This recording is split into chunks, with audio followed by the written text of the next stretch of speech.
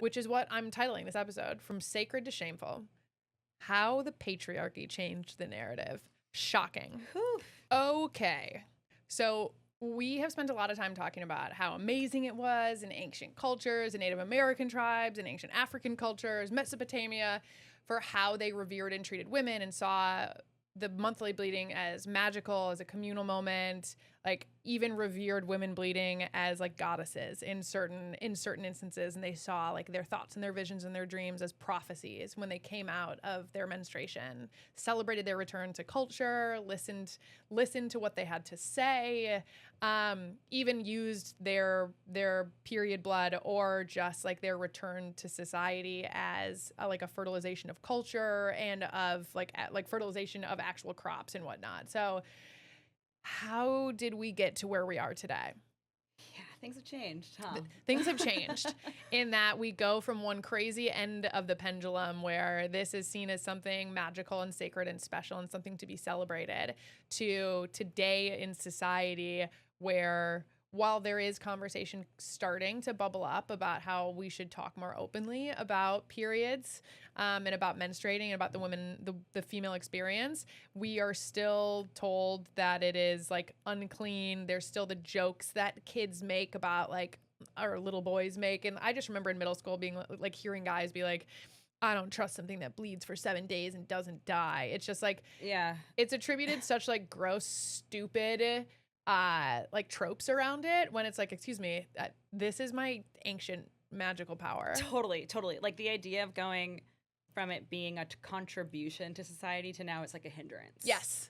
And so how do we make that drastic of a switch? A hindrance and something to be like hidden. Ashamed of. Yes. Something to be hidden, something to be ashamed of. Yeah. So, which is what I'm titling this next part of this episode, From Sacred to Shameful.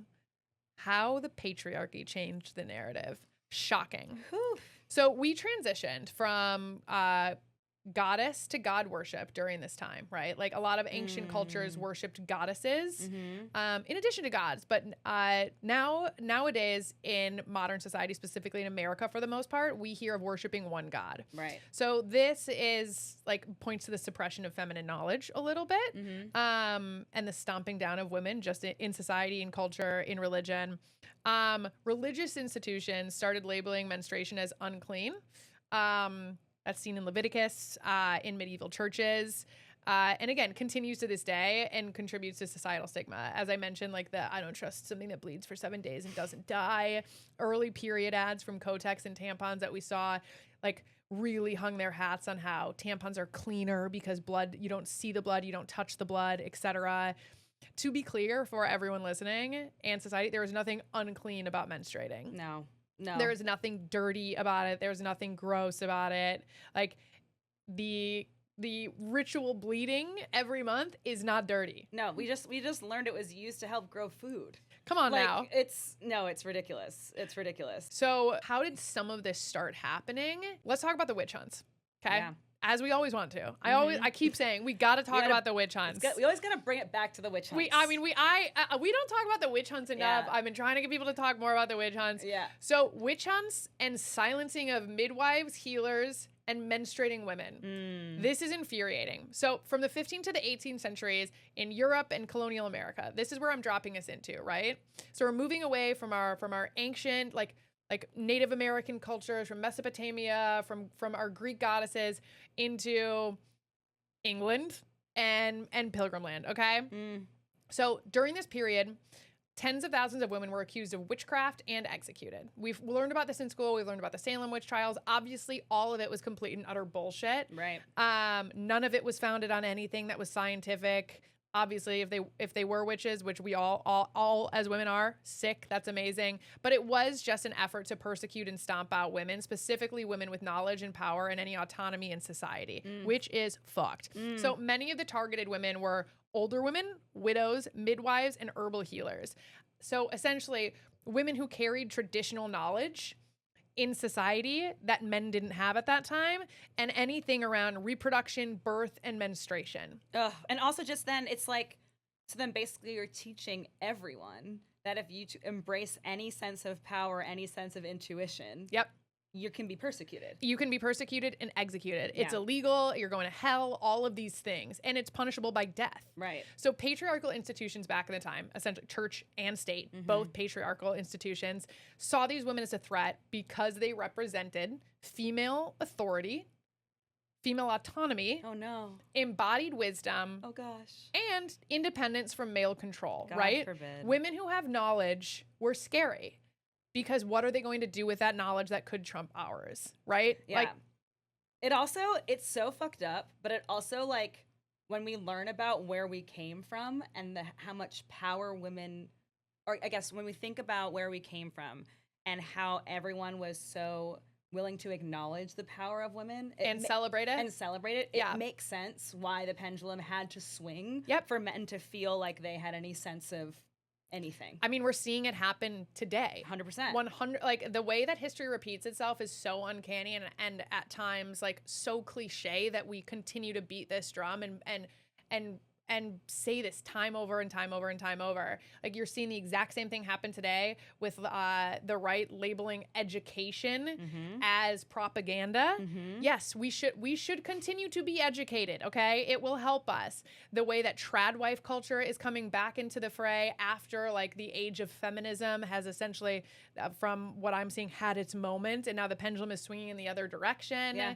Like, how we're stomping out women's rights and autonomy and agency over our bodies that we have in culture today. I'm getting fucking heated. Like, this same thing is happening. It's a witch hunt on a different level. Totally. And it's happening in front of our eyes. So pay attention, folks. Exactly. So back when the witch hunts were happening, as I mentioned, it's women, obviously. It's all women that they're just deciding are witches and killing them. It's older women, it's healers, it's midwives who held knowledge of fertility cycles, herbal remedies to ease menstrual pain, contraceptives and herbs, etc.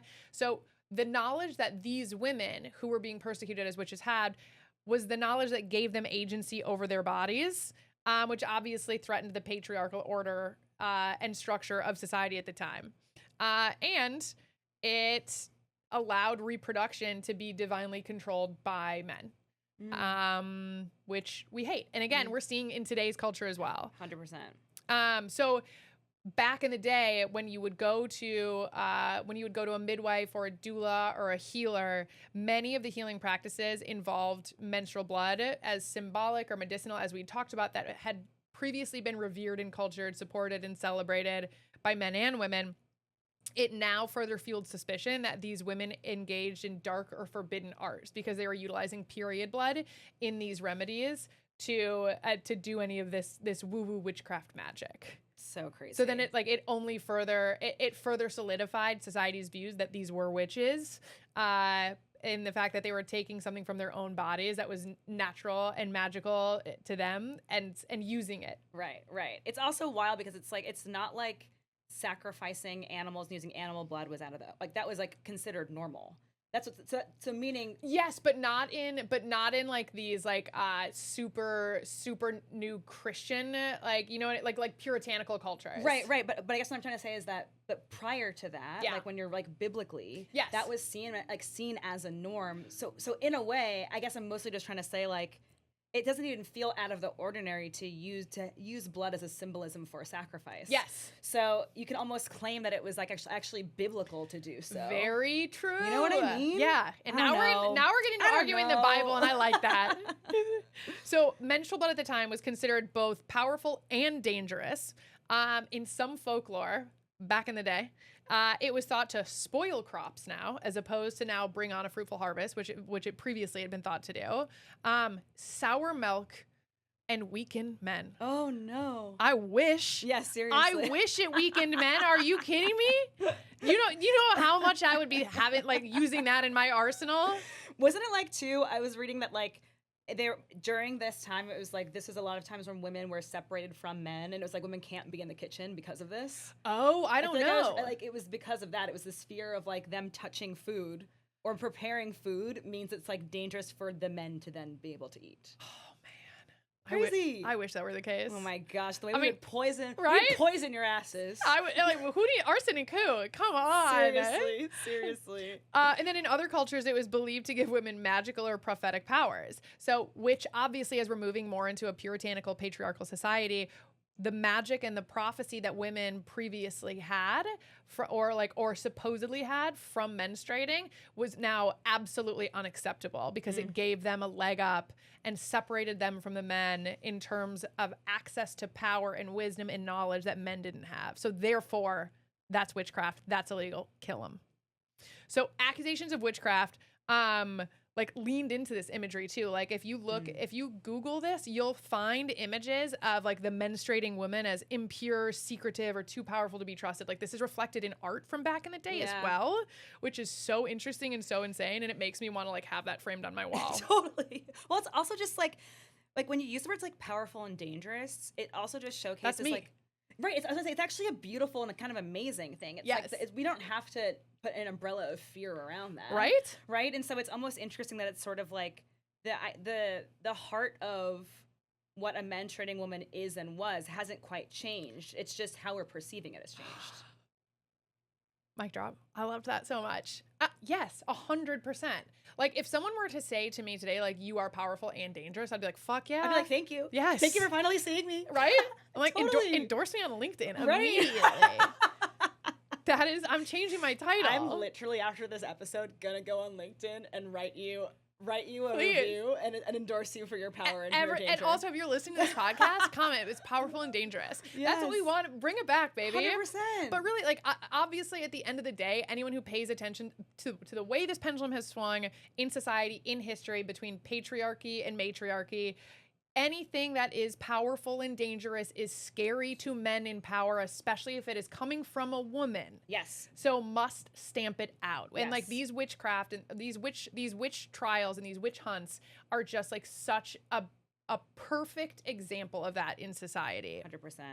So what it did, by demonizing menstruation, patriarchal systems stripped it of its sacredness and reframed it as unclean and suspicious, which is where we still are today. Obviously, we're not getting executed for having our periods or for going to see healers, but like we're still seen as unclean and it being something as like that's like a little gnarly that we shouldn't talk about. Mm-hmm. The witch hunts during this age effectively erased centuries of female-centered healthcare and traditions. Ugh.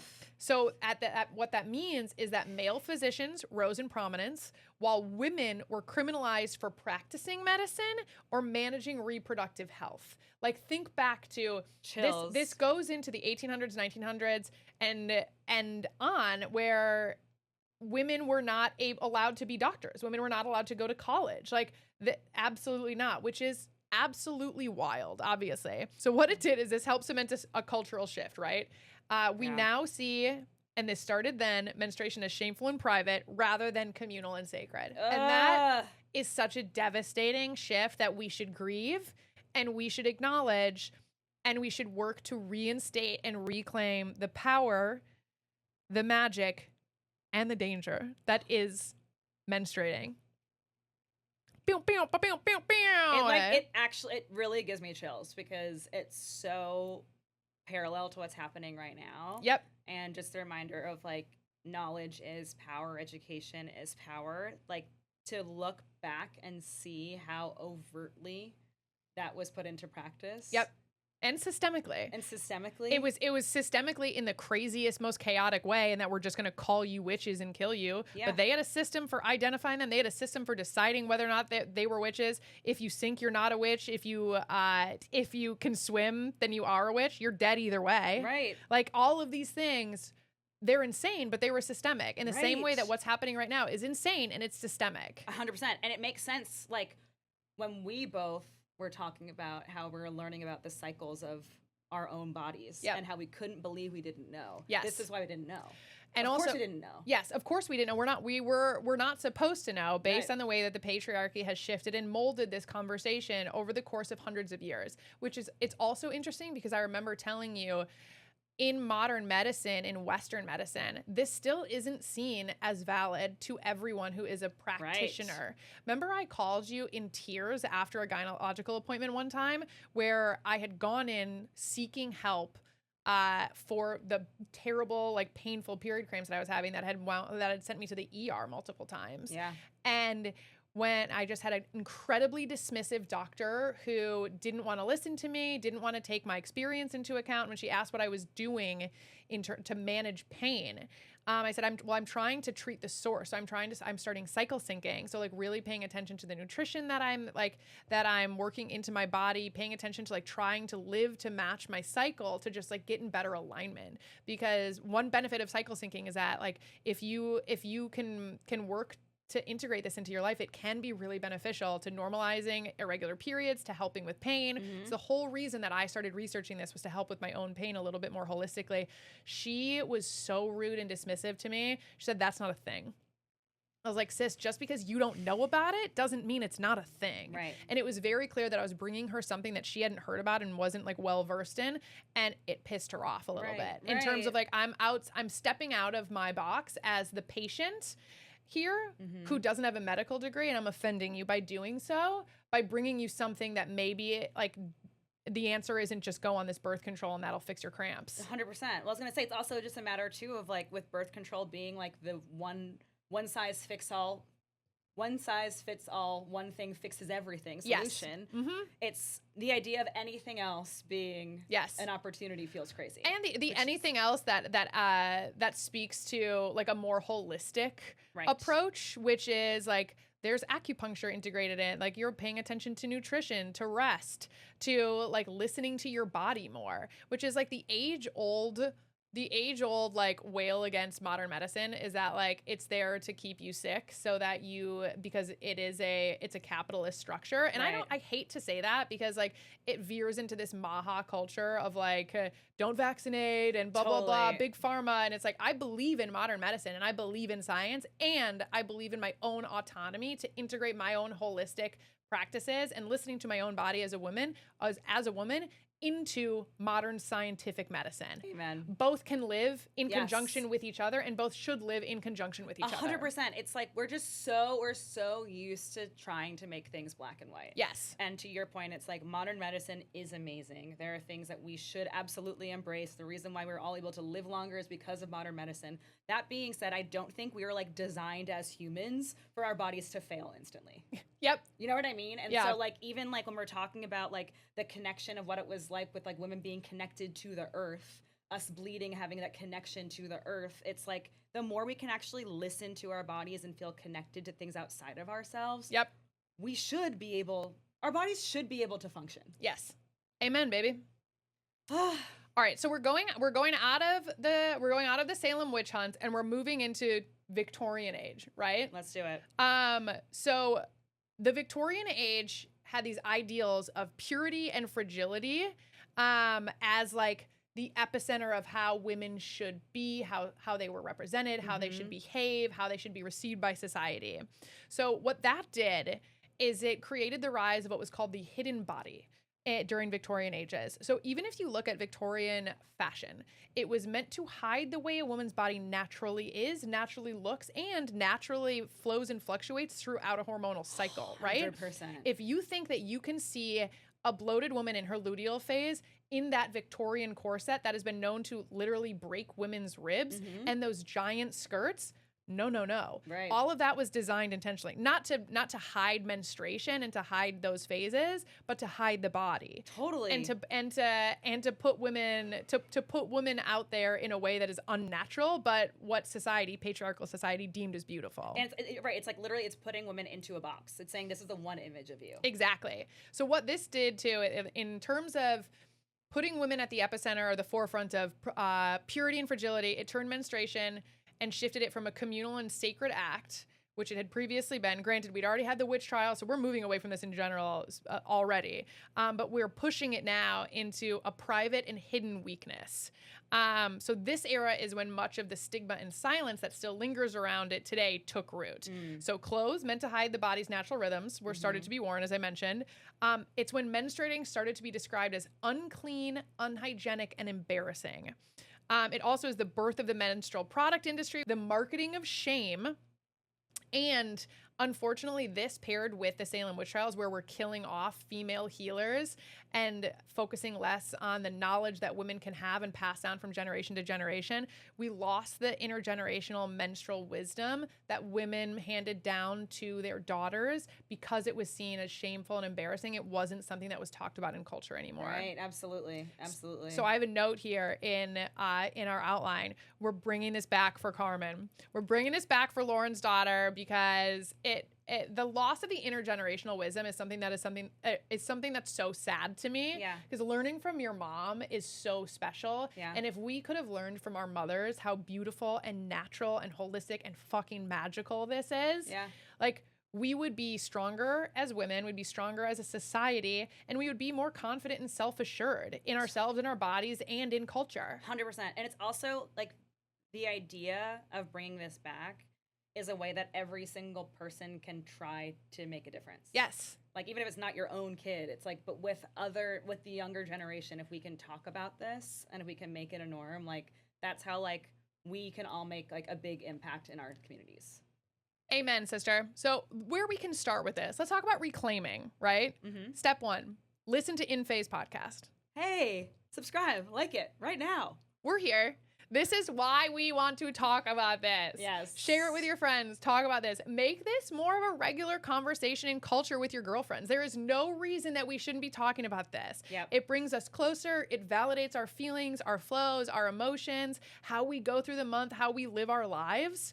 We're seeing cycle syncing as empowerment. Yes. And I think, too, it's like, it's okay if it feels weird to talk about it first. Yes. It should. Again, because of what we just talked about, society has made us think it's shameful. It feels wrong to talk about. Yep. But like anything, it's a muscle, right? You go to the gym, if you work a muscle once, you're not gonna do anything. You're not gonna see anything. But if you continue to work it, it's gonna get stronger. And so I think I'm saying this, like, for me, I had to become really cognizant about talking about this in all situations. Yep. Not being shameful about it, not trying to hide it. There was a time where I used to call my menstrual cup, I referred to it as a party hat because it looked like a party hat.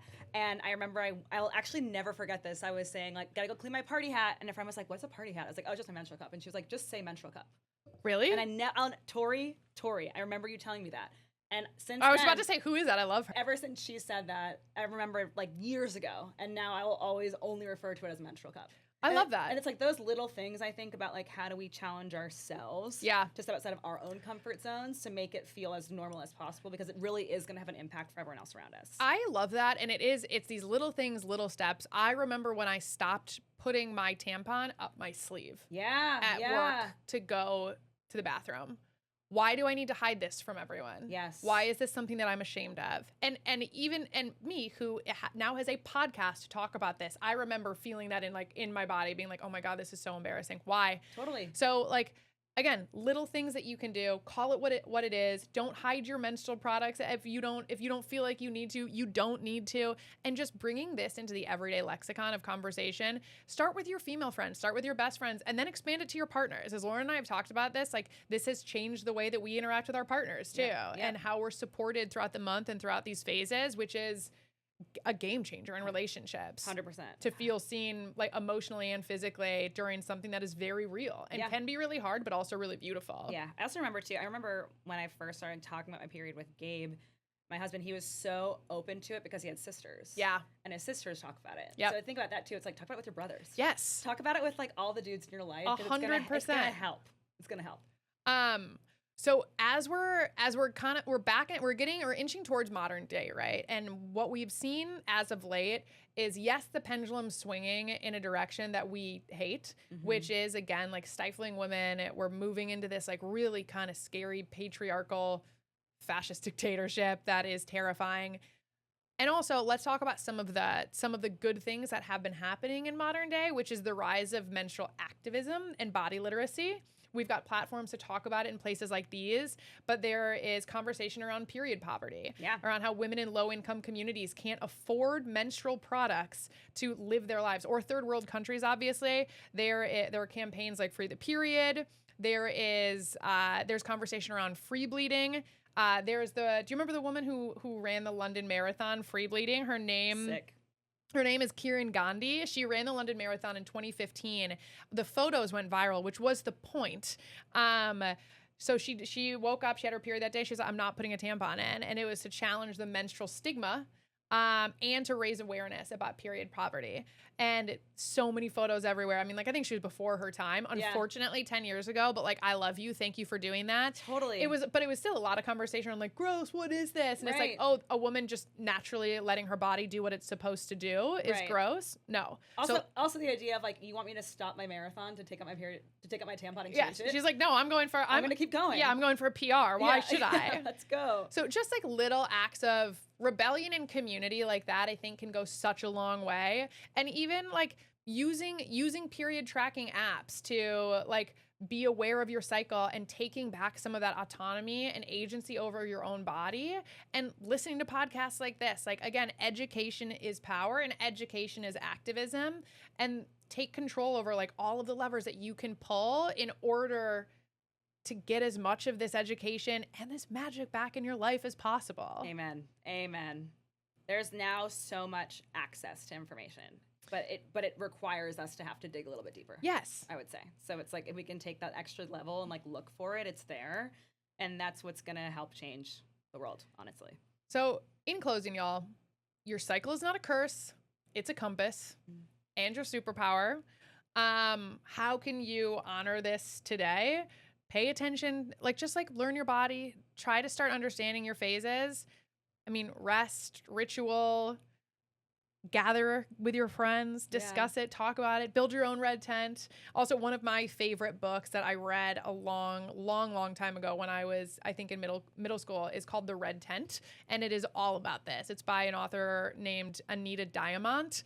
I don't know if I'm saying that right, but it's fiction, but it's just like a really beautiful story of like women in community, and it centers around the red tent of bleeding. So there is like a historical element to it and a magical element to it as well. But we're here for this reason, to bring this conversation into the epicenter of society, of culture, and bring some power and some magic back to women. Right. We are powerful and dangerous. And don't you forget it. And that's to be embraced. Okay? Powerful and dangerous, signing off. Thank you so much for listening. We love you guys, and we'll see you next week.